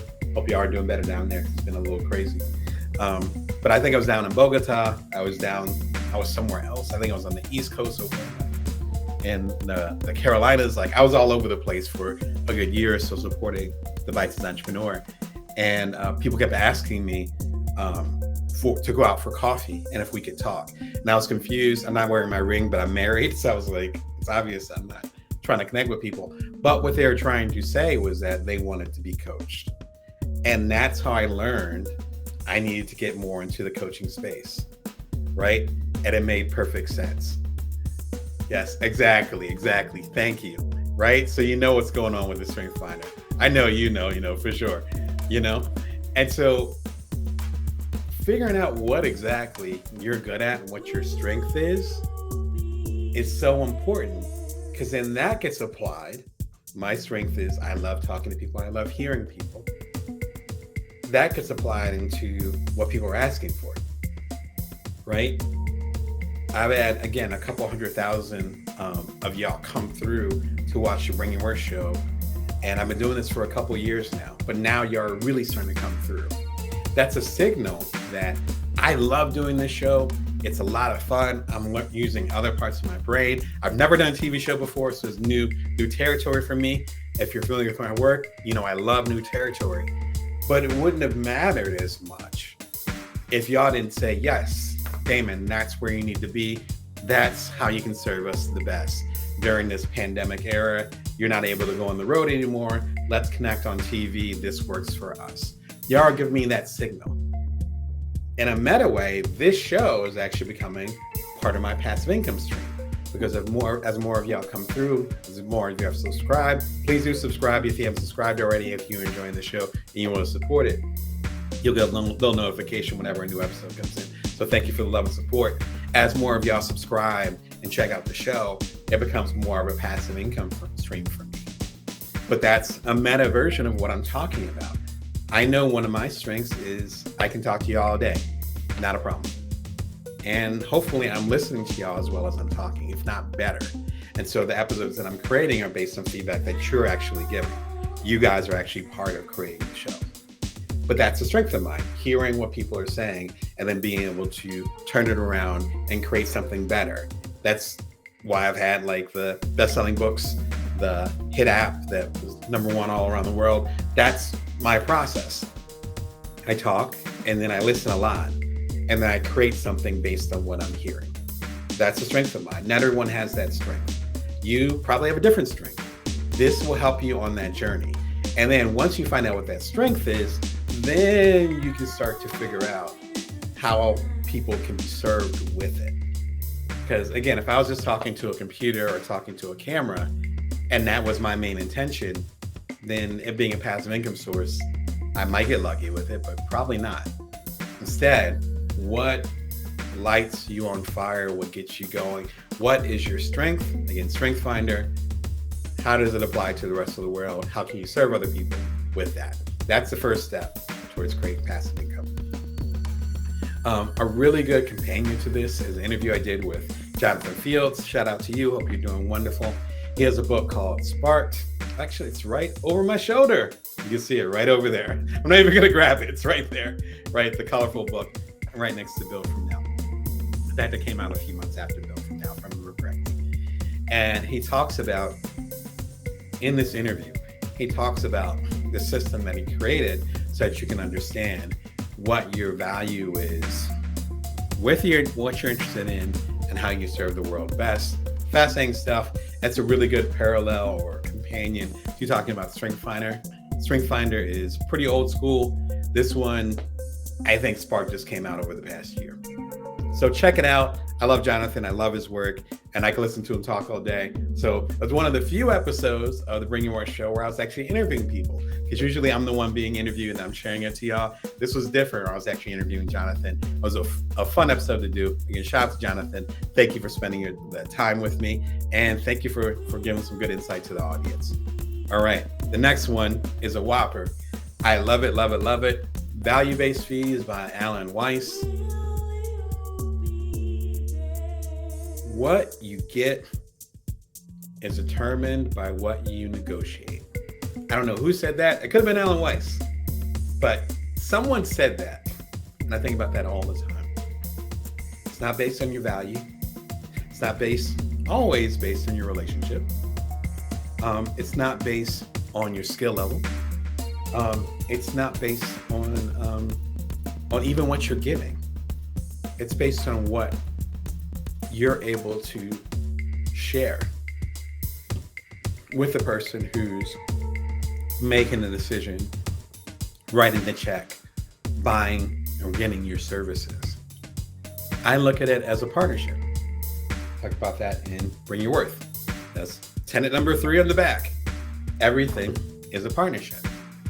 If you view everything as a partnership, then you realize that back and forth isn't a matter of someone winning, but instead, both of you getting the worth that you deserve. You getting the worth, in some cases financially, that you deserve.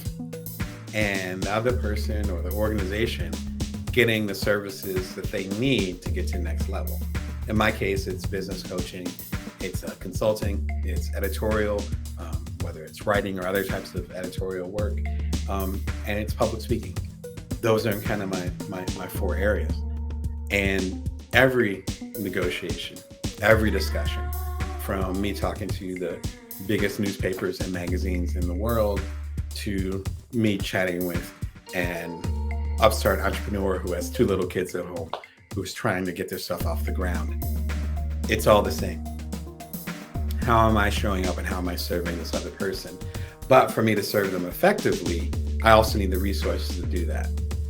I remember talking to a colleague many, many years ago, and they were insistent on doing their services for free.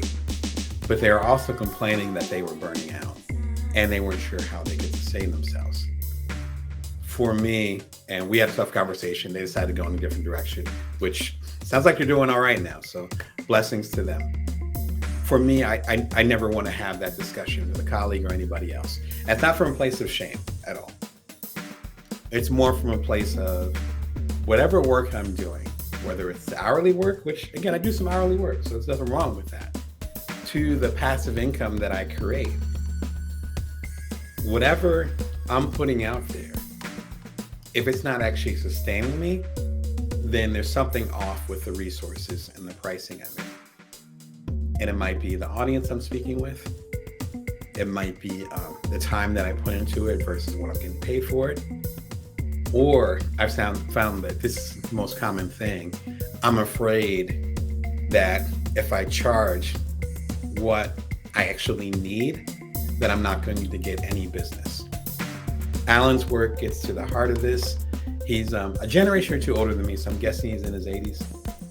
I've talked with him very briefly online when I did a column about him on Inc. magazine, and he actually corrected me on a couple of things, which is fantastic. He definitely has that kind of intense, clear personality where he's like, no, this is what I'm worth. This is what I'm about. Let's go. Right. And that's why I mentioned he's an older gentleman, because, you know, he's got a few decades on me, and I can see, I'm like, yeah, just like I might have more insight than the average teenager, right? Because I've been in the game enough. I'm like, no, this is what I'm about, right? The show isn't about anything else but this, that clarity. He has that clarity. It comes through in this book.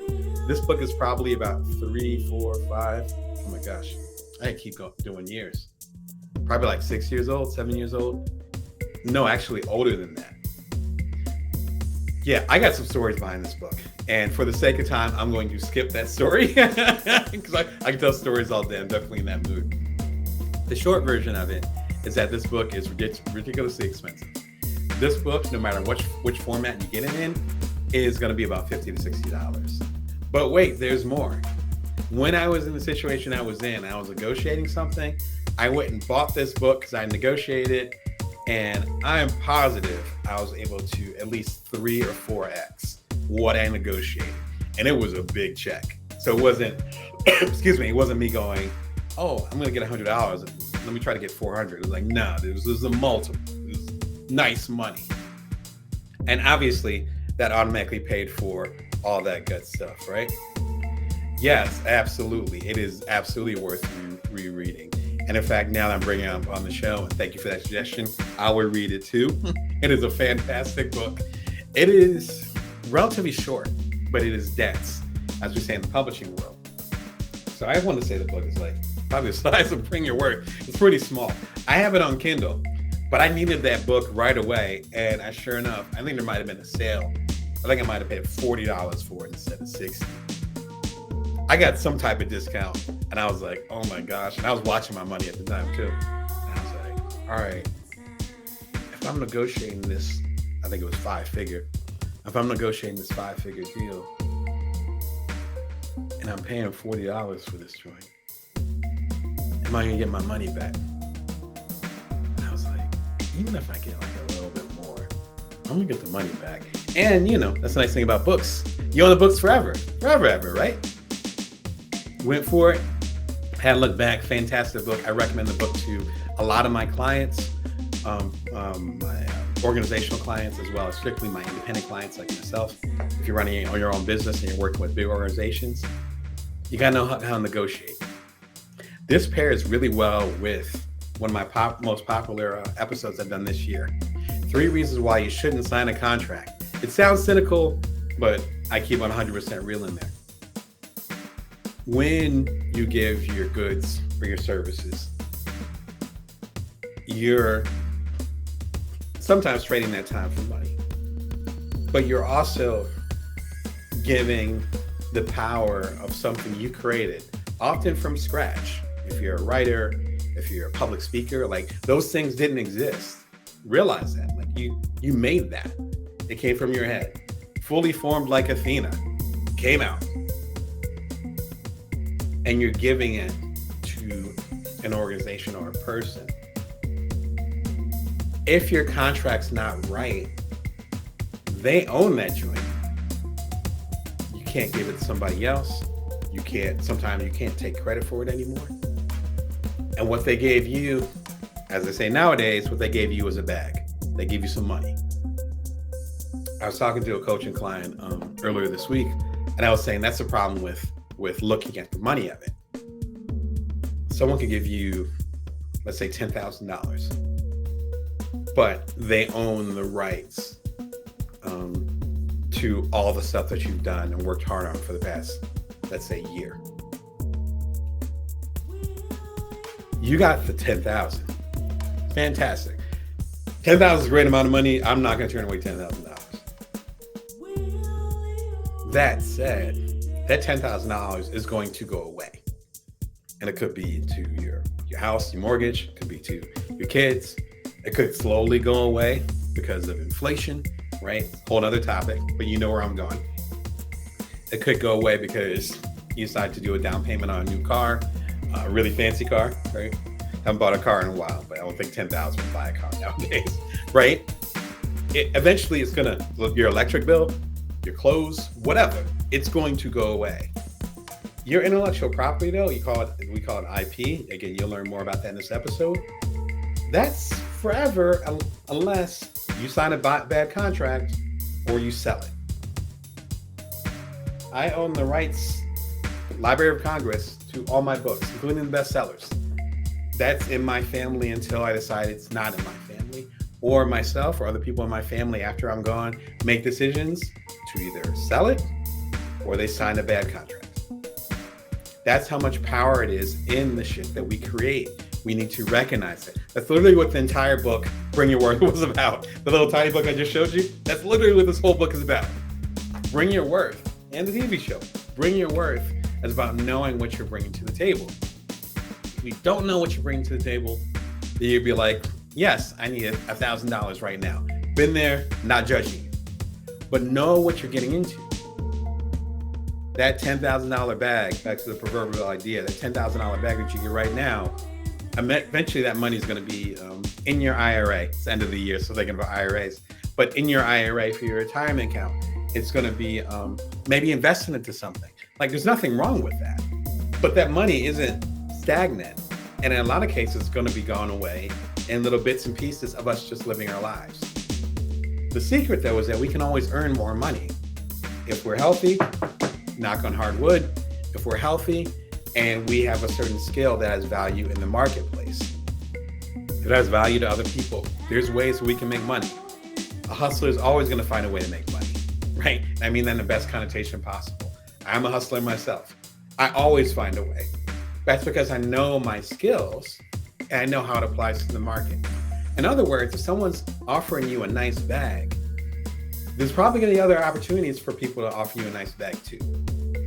That's why you just don't see a contract say, yes, the money looks nice, let me sign it. No. And there's 3 big reasons why I call them red flags.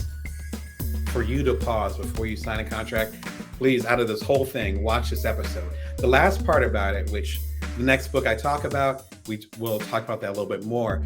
But if you sign a contract and you're giving all your rights away, your intellectual property, to an organization or someone else, whatever, it can't be your passive income anymore unless you negotiate that into your contract. So if you're on Shark Tank and Kevin O'Leary or Mark Cuban or one of those guys or gals says, I want to buy your company for $10,000, you're like, great, here you go. Thank you, I appreciate it. That's it. You might have been getting residuals, which is another word for passive income from it.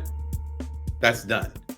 But if they end up buying it for $10K and they're like, and for as long as the company's around, you'll get 6% of everything sold. That's passive income. Subtle stuff like that, I talk about that in this episode. Again, it's one of the most popular Bring Your Worth episodes. And in retrospect, I understand why, because a lot of us struggle with this when we get the opportunity to level up. We look at the money short term. We don't look at the long-term value of things. Again, that ties back into Alan Weiss's books. Pardon me. All right, so the next book, and I promise this isn't self-promotion. It actually is appropriate. Passive Writer by Damon Brown. Damon Brown and Jeanette Hurt, 5 Steps to Earning Money in Your Sleep. There's a little book that we did a few years ago now, 2018. And it's done really well because as a writer, as a creator, which is focused obviously on writers, you're going to create work out of thin air. You're going to come up with an idea and say, I think there's a group of people, large group of people who are side hustlers, solopreneurs.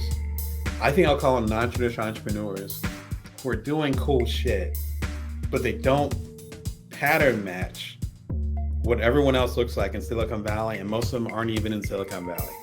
Oh wait, that was my book, Dalton Bites' Entrepreneur. Literally how it happened, right? We do that every day as creators.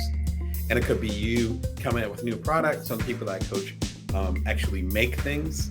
And so they're trying to find ways to mass producing and stuff. Shout out to y'all. That is a tough route. Salute to y'all. Some of the folks that I work with are clothing makers. So they're like designers. So they're negotiating things and make sure that the yarn costs and all those different things, like it's complicated. But all those things come from our mind and from our creativity.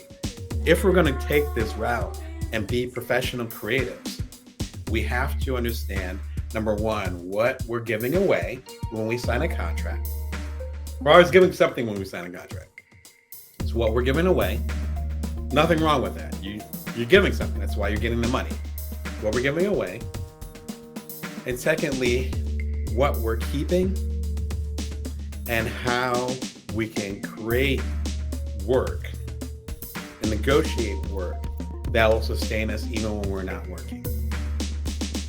If I were to just depend on time versus money, time for money, where every piece of work that I did, there was an hour trade-off to it, then I couldn't be primary caregiver of my kids. Like, I don't. Now they're a little bit older, but when they were younger, hell no. Like, kids, I'll talk about my kids for a second.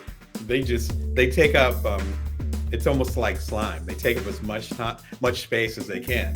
It's like water. Like, you ever try to put water in a corner? No, it spreads across. That's the way that kids are. I love my kids. I love kids in general. Kids are fantastic. If you want to be a parent, kids are great. If you don't want to be a parent, they're a little bit rough. If you want to be a parent, kids are great. And also, they will consume everything. That's what they're supposed to do. That's what they're supposed to do. I'm sure I was the same when I was a kid. I'm sure my mom, my dad, and my stepdad were the same when they were kids. That's just what kids do. I wouldn't have had that same role in the last umpteen years when my kids have been growing up if I didn't create these passive income systems. In fact, that's actually the first chapter as far as creating systems so that you can build passive income. And so when I'm changing 2 sets of diapers when they were like 2 and a baby, 2 years old and a baby, and I'm changing 2 sets of diapers and going back and forth and all that stuff, I had money coming in. Ironically, one of them was this, I'm sorry, wrong book. One of them was this book. They were a little bit older, and those checks were coming in, and that allowed me and my wife to keep a roof over our head, keep the kids fed, and all those things. So it's not just a matter of, I want to make money in my sleep, I want to become a millionaire, blah, blah, blah. Nothing wrong with that. It's also a matter of you being a creative and actually surviving and ideally thriving as a creative. It can't be a one-to-one relationship. It just can't, particularly nowadays. You got to create stuff that goes beyond, that handles the test of time.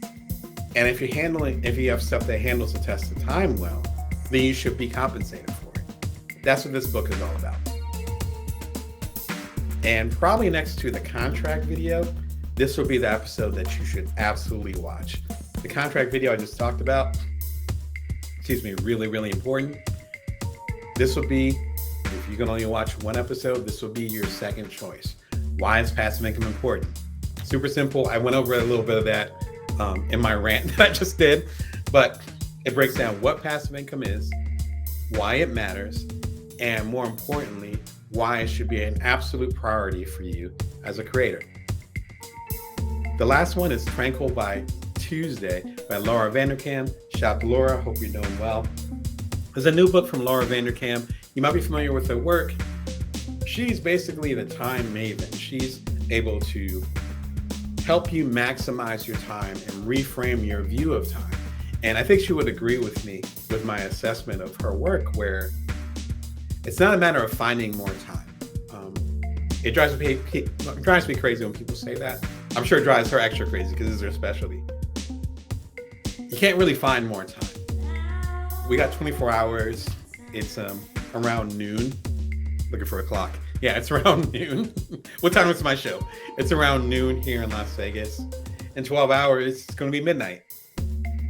Ain't nothing I can do about it. 24 hours from now, it's going to be lunchtime again. That's just the way it works. What she's really good at doing, though, is reframing how you view time. How you can maximize it, how you can make the best of it, and how you can get to where you need to go, even if it ends up being in incremental pieces. One of my favorite books from her, and actually a book that I have a couple quotes in, is Off the Clock.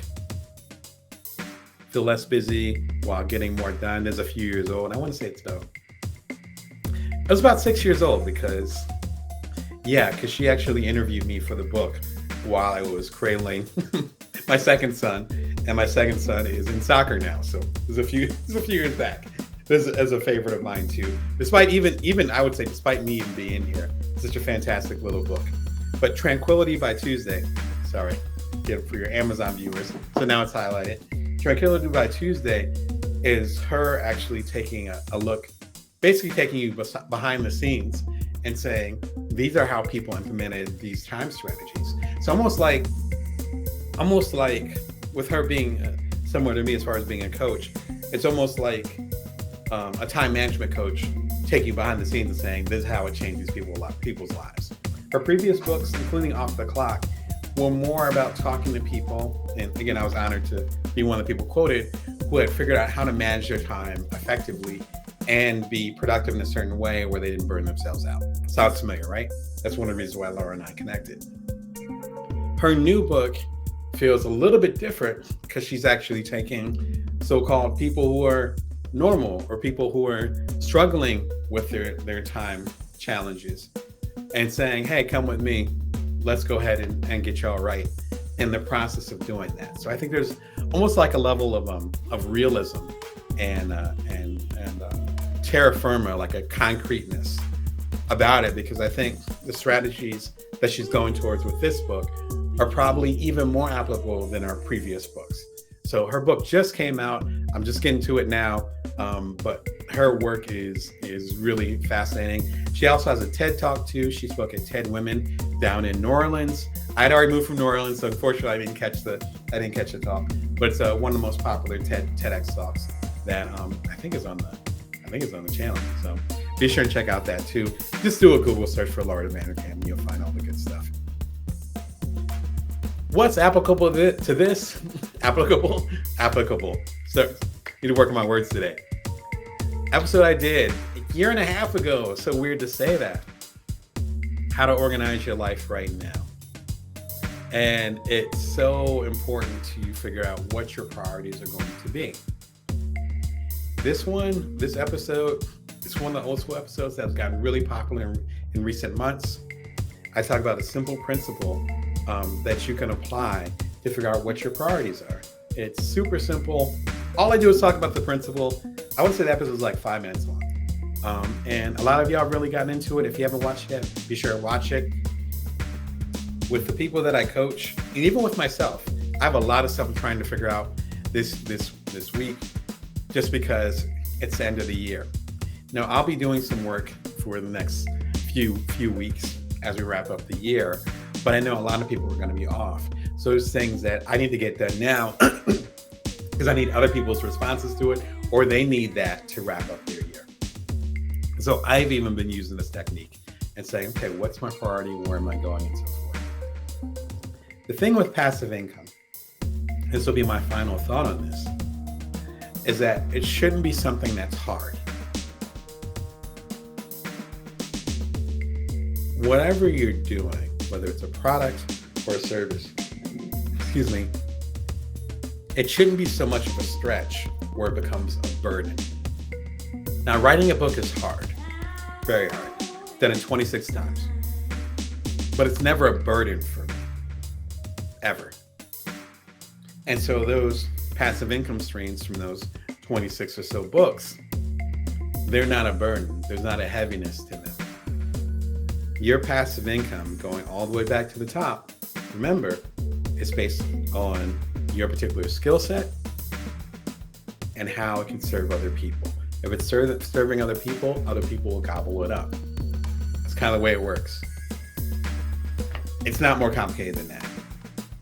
You figure out what your good shit is, people recognize, yes, I want that good shit. That's it. The reframing comes in. What in your skill set can you create that people will still value over time? And for me, it's books, it's public speaking. I'm doing the public speaking, but when I do a keynote, one of the things in the contract or one of the things negotiated is that I get a recording of the keynote. It could be a video, it could be audio, which is more common, because the venues are all different, all those things.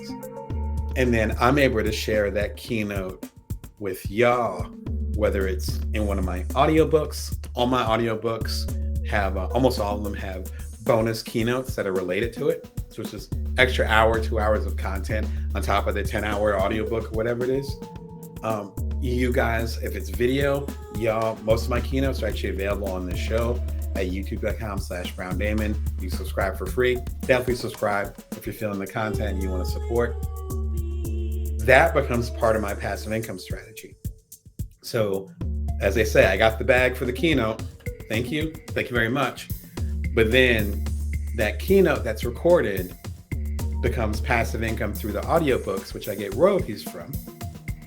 And it becomes content for this show that you guys enjoy, which I also get passive income from. So I do that keynote once, work my behind off for it, but then I'm getting paid for it over and over again. And in some cases, the bag that I got from the actual keynote pales compared to the money that I got from the passive income streams over the years from that same keynote I did for that organization or that group. That's the way that you have to start to strategize things if you want to make money, solid money as a creator, particularly if you don't want to do the time traded for money. Organizing your life matters because I knew even before my kids were born, when my wife and I were even talking about having kids, I know that as soon as my kids come, they're going to be the main priority. And it's not going to be traveling. It's not going to be my career. It's not going to be all this, partying with my friends. I love partying with my friends. None of that. They're going to be overshadowed by that. Luckily, I knew myself well enough, way back to the Strength Finder, I knew myself well enough to know that I'd be dedicated to my role as being a parent, and in a relationship that I have with my wife, I wanted to be the primary caregiver. That's what a primary caregiver does, in my opinion. Knowing that, I knew eventually I had to set up things that allow revenue to come in so I can help take care of my family and keep my career on track, because my kids will not always be little. So it's like, how am I going to make sure that my career is sharp for those 18 years, maybe more, for those 18 years that it takes to get those kids to where they need to be? Passive income was part of that discussion. As soon as my second kid came, passive income became the priority. And there's some lean moments, I would even say years, leading up to where I am now. But now I'm getting to the point where, again, I have 52 passive income streams. So with all those different streams, suddenly the basement, the minimum pay that's coming in is a lot higher than it was when I was just dependent on the time being traded for money. That's why you have to organize your life in a certain way, because when you organize your life and understand what your priority is, you could have kids and your priority could be your career. No judgment from me, whatever. But you have to know that. Because if you know that, then you can design passive income and other strategies I talk about on the show all the time based on where you are. For me, I want to hang out with my kids as much as possible, even when they sometimes don't want me to. Passive income is not an option for me. It is a necessity. It has to happen. It's important for you to know all your different options, though, so you can create the best life that you can create. Right? So we're talking about passive income for beginners 2023. I think this is going to be the last live show, at least for this year. So blessings to y'all. Whatever you're celebrating, I got family that's celebrating like 6 different things. So whatever holiday, whatever part of the world you're celebrating, hope you have safe celebrations. If you missed part of this program, or if you missed part of this program, or if you want to catch up on the 2 most recent lives, we talked about the most profit, maximizing profit in 2023, and how to build your business 2023. This one about passive income is the last of the trifecta to end the year. You can watch all of them for free at youtube.com/that thing down there, which is the playlist. YouTube does that. There's nothing I can do about that. But I hope you enjoyed the programming. Hope it gets you to the next level. And again, the new book is Career Remix. I got so many books out today. Career Remix, get the gig you want based on the skills you've got. Much love to all of y'all. Have a wonderful holiday season and a good break and all that good stuff. And remember that you can always bring your worth and that you can always build from now. Take care, and I'll see you guys next year.